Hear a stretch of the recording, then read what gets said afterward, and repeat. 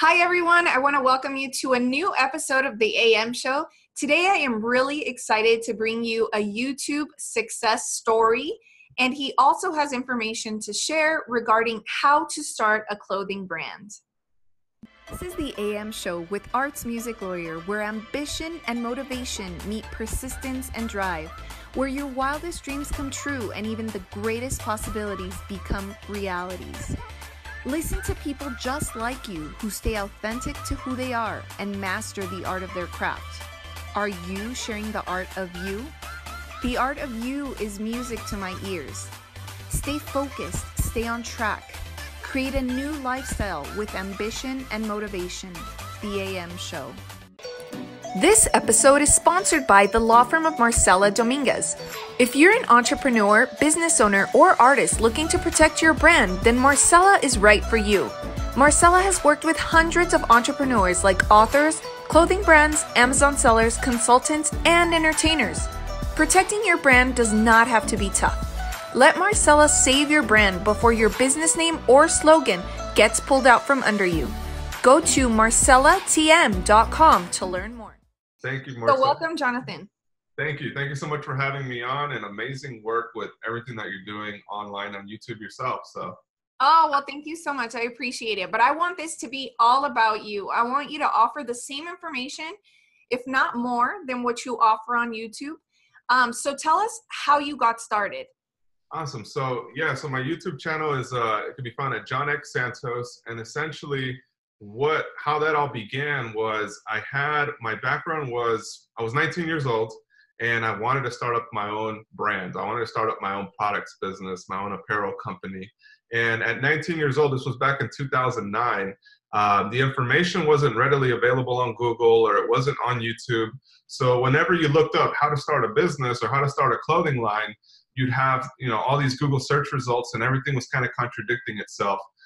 So I was overwhelmed by the process, and I had no idea how much it would cost or what it would take to actually launch a clothing line or what it would take to launch a business.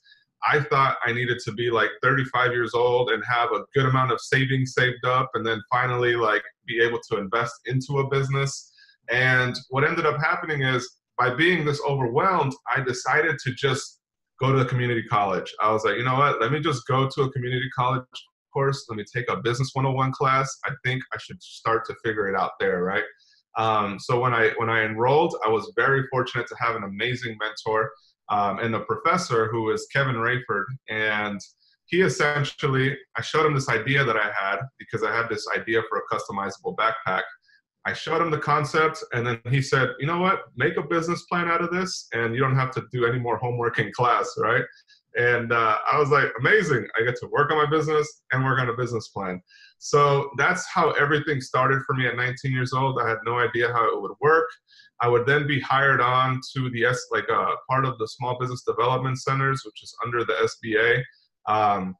And I was going to college and I was building up my brand, and we had sketches, we had all these ideas. I would meet with manufacturers and suppliers and figure out what the price points was. So I finally had a little system going where I was building up my brand while I was going to college and working for the state, working with other entrepreneurs. And we officially launched that brand. We expanded into multiple products a few years after I started it. And then I was working with a lot of entrepreneurs and a lot of small business owners throughout the Vegas Valley, also helping them launch their own brands and apparel products. So unfortunately, I knew my time would come when I would have to move on from that job. And I decided, you know what, I get the same questions all the time. How do you start a clothing line? What should I do to start my clothing line?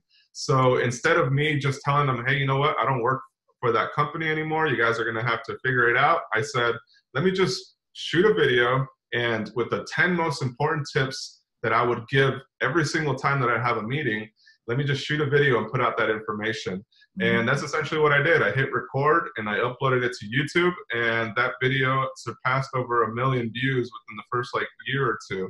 Yeah, and that's what kind of got the YouTube channel kickstarted, and that's what's allowed so many brands to get started.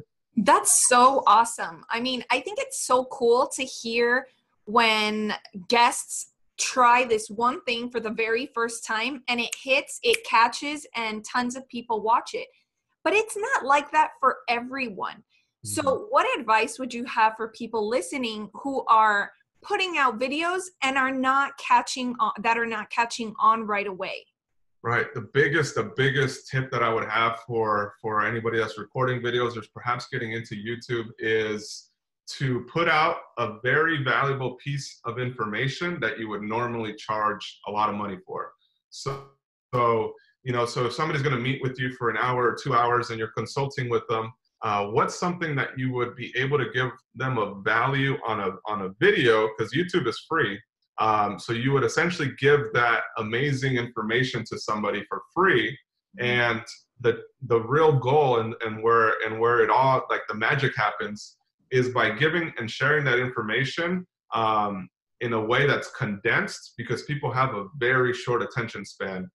So if you're blabbering on about some information that isn't as important, it's important, right? Because all the information you're sharing is super important, but really trying to edit that video down in a way where somebody off the streets is now able to watch it and be like, oh, wow, I finally understand. It's starting to come together. That's the biggest thing, is do a video on something that you would charge people for, but put it out on YouTube and position it in a way where it's easy to be found and it's easy to consume. So that's really where it all kind of meets the road in that area.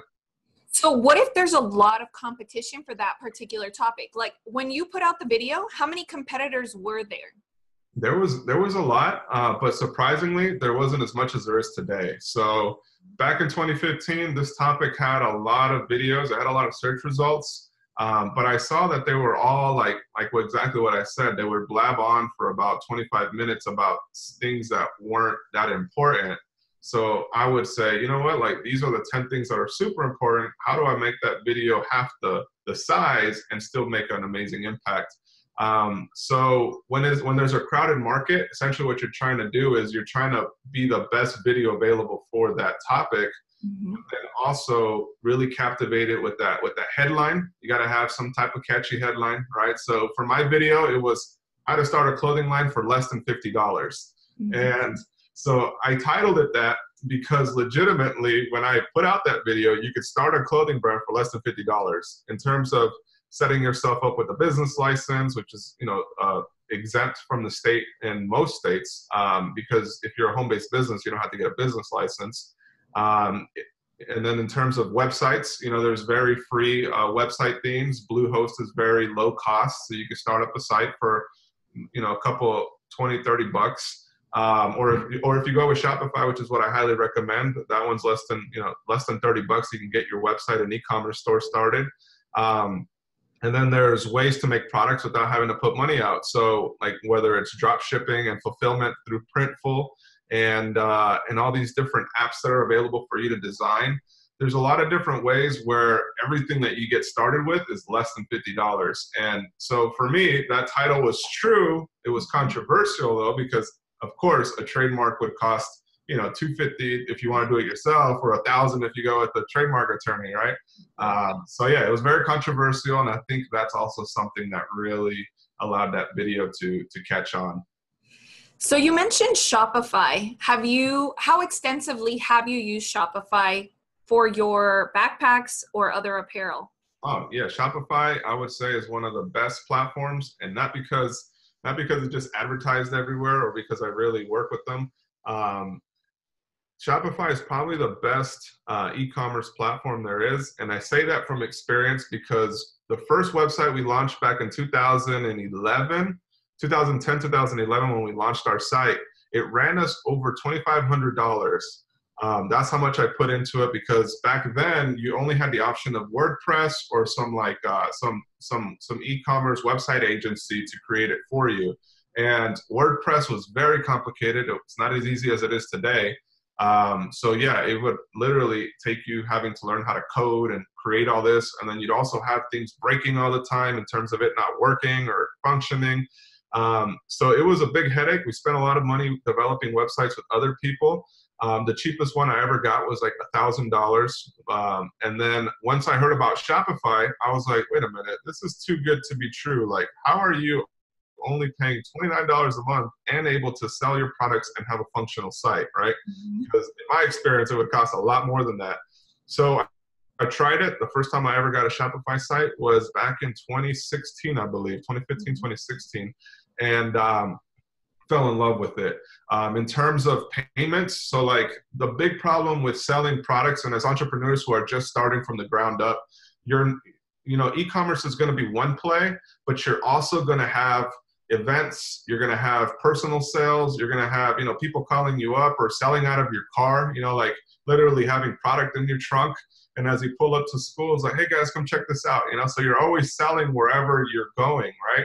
And a big issue and a headache that we had when we were doing that is now we have multiple payment systems. We had PayPal, we had Stripe. I think we had like some other third-party one. And then on our website, we had a certain provider. I think it was PayPal and another one, which was through WooCommerce. And we had all these different platforms. So whenever we'd sell something on the website, it would take away from our inventory. But then when we'd sell something in person, it wouldn't take away from inventory. So before we knew it, we had like 50 products on the website, but in real life, we didn't have any. So then people would be ordering and then we weren't able to fulfill them. Mm-hmm. So what Shopify did amazingly is they helped creators and entrepreneurs launch a site, but then the most important part about Shopify is its inventory management and the tracking and the way that it integrates with third parties. It's an amazing ecosystem that allows you to grow your brands from paying $29 a month to now paying, over $200 for our site. It helps you as you're growing. So, of course, you have to drive traffic, whether you're using Shopify, WordPress, or Wix, Squarespace, whatever platform you use. So, in the initial stages, how were you driving traffic to the website and what products did you have? Right. So for the initial site and for the initial launch of it, we had some colorful line of we call it the Skittles collection because we had a colorful line of backpacks. It didn't make any sense to anybody that saw them that didn't know the story of why we had those colorful backpacks. Mm-hmm. But our initial product was a customizable bag. And back then, people like New Boys and LMFAO and all these, all the trend was very bright and colorful. So we had these colorful bags, we had colorful fabric that we wanted to intermatch. So there was it was going to have a purpose for us to have those multiple styles. But when that design didn't work out, we had to just launch a regular line of bags in multiple colors. So here we were trying to sell these bags, and we launched our first website. And essentially back then, social media was just getting started, so it wasn't what it is today. And we would post a lot on Facebook, we would post a lot on Instagram, and nothing would really happen. No sales would really come from us posting back then. And it wasn't until recently where we're launching new products like the game bag. We recently launched this basketball carrying bag that was featured on Steve Harvey. So we were on the Thunderdome for Steve Harvey's. That aired in 2017, and our Shopify site was just it got all this organic traffic from the show, which we were then able to leverage on retargeting campaigns for those customers and an email marketing campaign for them, and more essentially the advertising on Facebook and Instagram directly for that product. So what the best thing to do right now is obviously you're going to need to be able to drive traffic to your site. But what's more important is driving the right traffic, because a big thing that we tried back in the day was we just go out to a bunch of random people that had, a million subscribers or whatever on their Instagram, and we'd say, hey, can you guys post this? And, the post wouldn't be cheap. They would cost sometimes $700, $1,000 for a series of posts with that influencer. And it wasn't the best fit because they didn't really understand that product. They weren't diehard fans of that. But when we put some money into an influencer that would have maybe 10,000 or 20,000 subscribers, we'd get 5, 6 sales. So we'd get more sales from that micro influencer than we would on somebody with 1 million subscribers that we paid, 10, 20 times more. So the real strategy now is finding those people with the diehard following that are going to love the brand that they're pushing. Awesome. I think that's really great advice, actually, especially because there are so many influencers out there that do charge for those posts. And like you said, they can be very expensive. So if you're listening, don't always assume that the biggest influencers are going to be the ones that are going to give your product or brand a name No, amongst definitely an not. audience. Definitely not. And I think we've had the bigger successes with the smaller influencers because those are the guys that are actually out there doing their craft. So for us on the product with the game bag, like there was kids with 10,000, 20,000 subscribers. They were high school or middle school kids, and they just loved the product. So they loved what we were selling. They loved what our brand was about, and essentially they would love to promote it for free. So for us, it was a good incentive to develop relationships with them and their parents, which then ended up going into basketball camps and leagues, and now we get orders from big camps and leagues all over the U.S. So that's really where you develop real relationships as with smaller influencers, because the bigger guys, they're mainly on tour, or they're really working based on their following. So they're doing anything that's going to get them more followers, and they don't necessarily care about pushing products. Right. That makes sense. Yeah. Yeah, it does.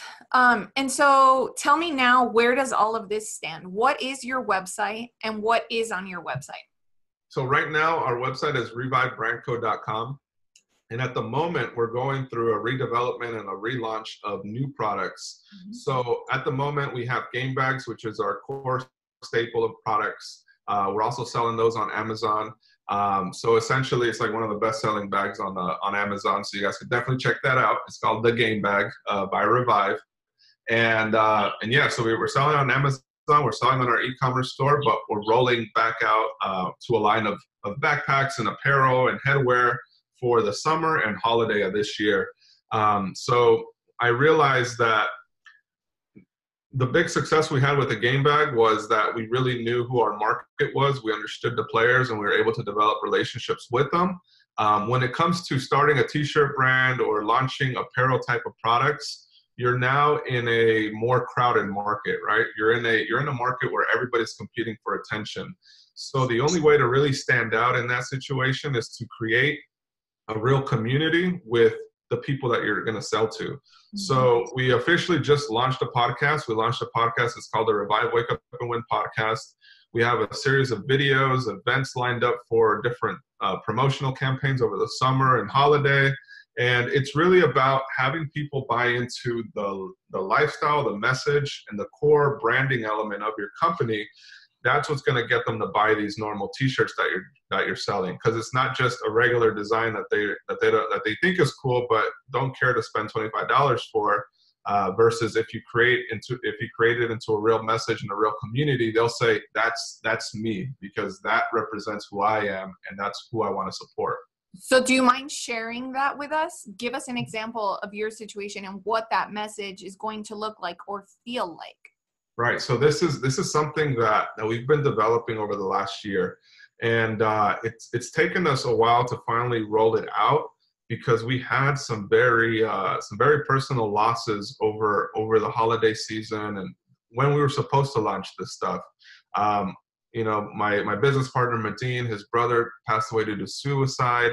And then there was just a lot of chaotic stuff going on and personal family losses over the last year that we just didn't feel comfortable in rolling it out until we were mentally able to handle that and really give good value.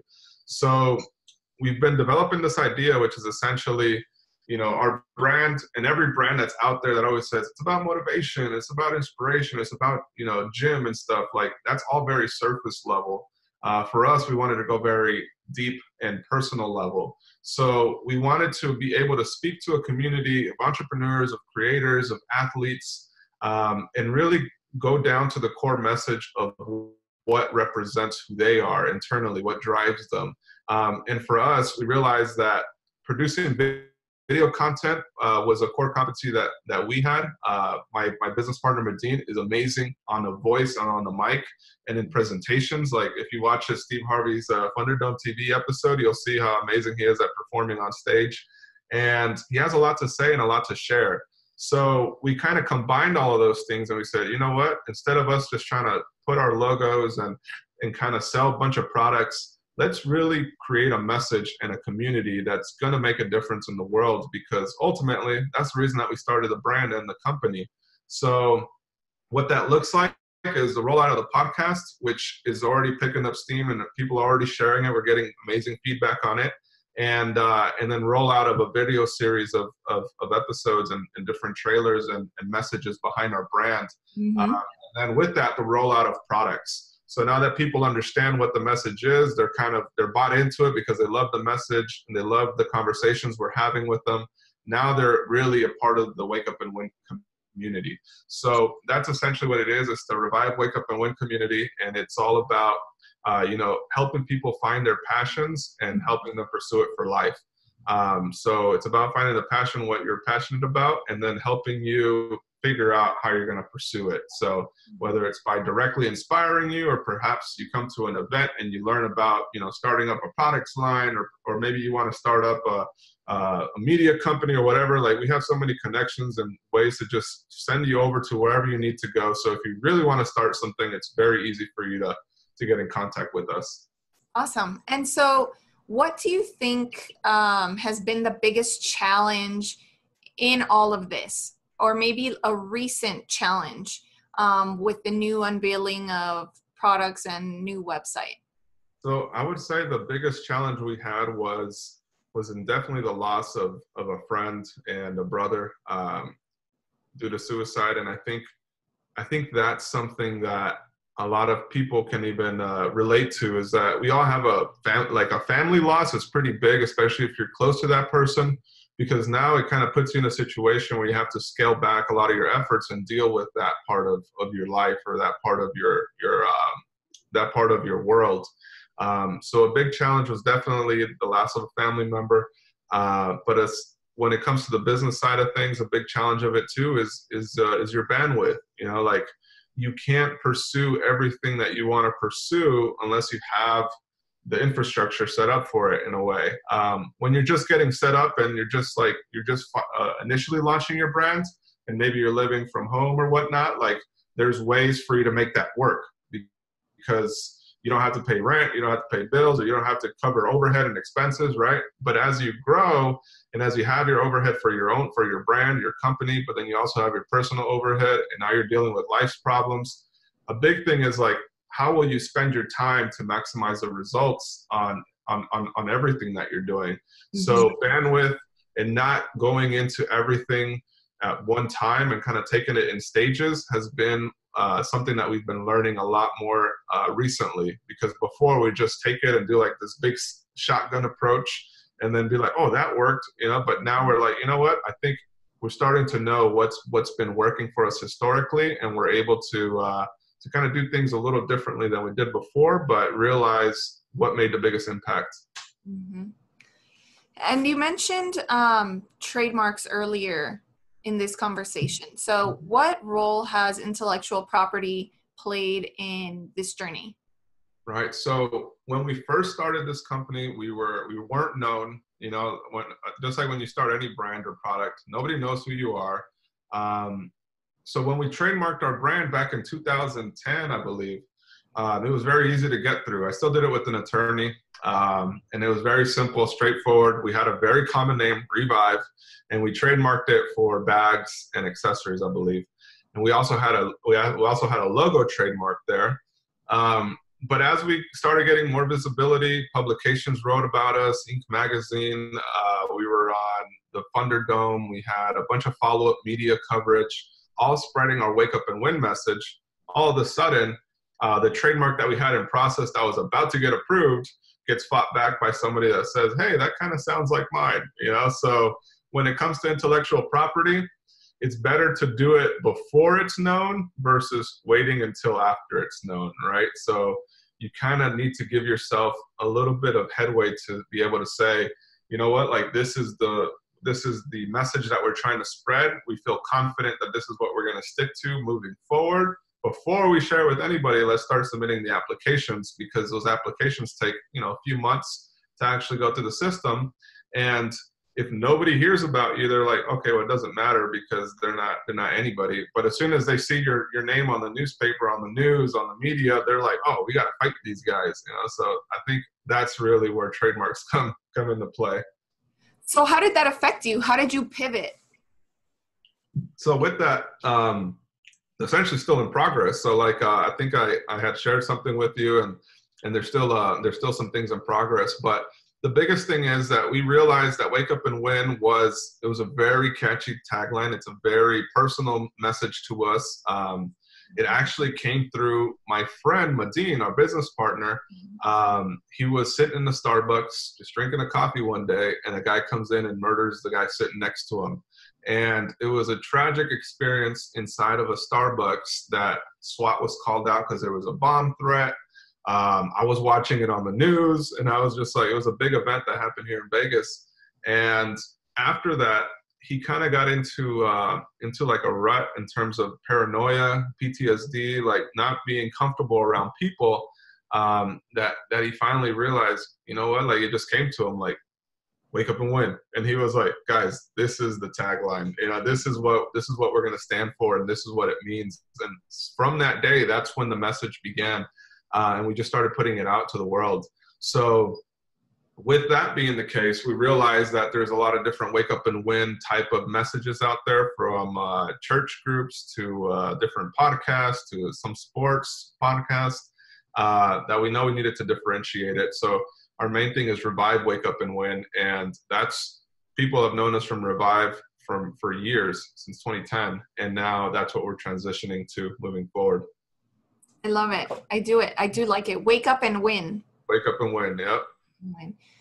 So where do you go from here? What kind of future do you see for your business? What is your ultimate goal?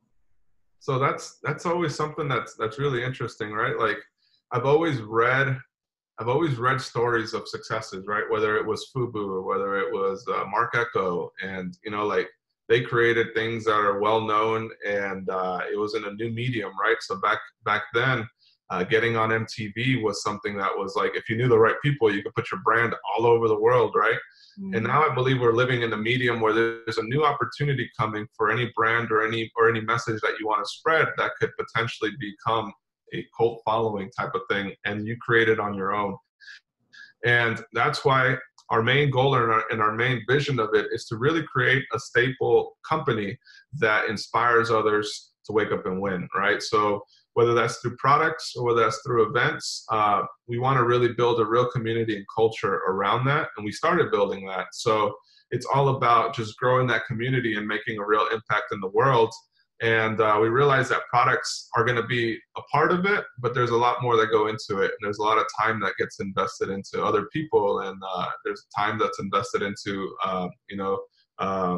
creating the right kind of ecosystem to be able to communicate with them. And the future looks promising. We've been doing it since 2010. So like, we've always stuck to that core message. And that was to, the main reason that we called our brand Revive was the literal message is to live again, but we've always meant it as live again and live a better life. And that's why we launched with the line of bags, because, to us, the backpack was a symbol of progress. Like whether you're going to school, whether you're going to work, whether you're going to go play sports, backpacks were something that took you through the journey, and we wanted to be a part of your journey.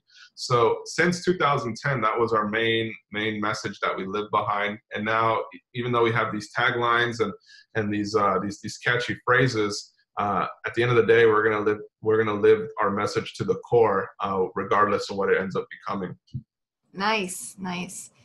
So I know that every day must be great for the most part, but I'm sure that you have those challenging days where it's maybe difficult to get a product manufactured the way you would want it. Maybe it's hard to get on a call with somebody. What music do you listen to that really pumps you up and gets you motivated and that hits you at the core according to your brand message? All right. Oh, wow. So I think according to my brand message, I would probably say it's more of an uplifting type of music. When it comes to the more of me personally, it's more of like the Calvin Harris's or Logic, love Logic, and everything that he stands for as well. So I would say those are like my top two. when it comes to like motivation and really like the more of that physical / sports aspect or whatever, or more of that side, it's like Young Jeezy, you know, like Church in These Streets. Love that song, and all his old music too. And yeah, that's kind of like more hip hop, Calvin Harris style type of music that I play to when I'm feeling inspired. Waiting from the streets and I ain't have a tooth. If you see another day, then just say hallelujah. Ain't no fucking secret. Okay, so just to close this out, I want you to inspire people that are listening who are maybe on the road to starting their own brand, regardless of whether it's clothing or anything else. What inspiring words do you have for them? I would say the biggest inspiration you'll find is really rooted deep down inside of you. Is in really trying to figure out why you're going to pursue what it is that you're pursuing. So asking yourself that question, like, why? Because at the end of the day, you're going to have a lot of challenges. You're going to have a lot of setbacks, a lot of things happening to you, whether it's lawsuits, whether it's trademark stuff, whatever it may be. As you're growing, you're going to have new challenges, right? There's always going to be new challenges. At the beginning, it's going to be the challenge of manufacturing a product.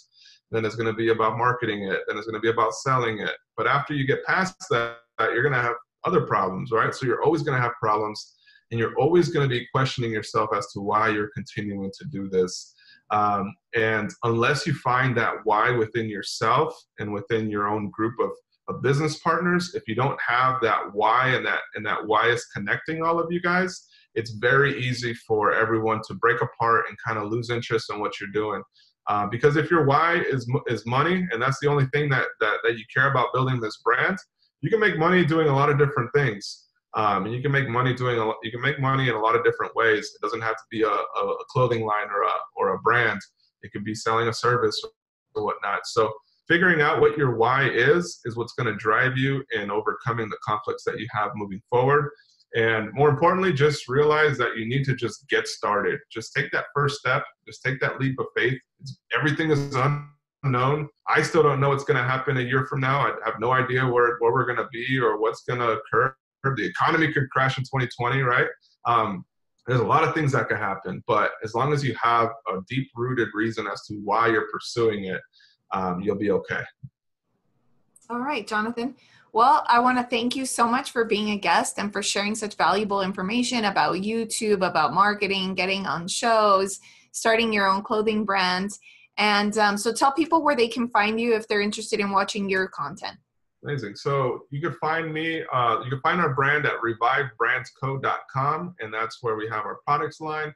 And then you could find me at johnxsantos.com, which is JOHNXsantos.com. And it's the same on YouTube. It's the same on Instagram. You can find me through there. Best places I hang out is YouTube and Instagram. So you could always reach out with a message, and would love to have a conversation with you. All right. Well, thank you so much, John. I appreciate it. Thank you.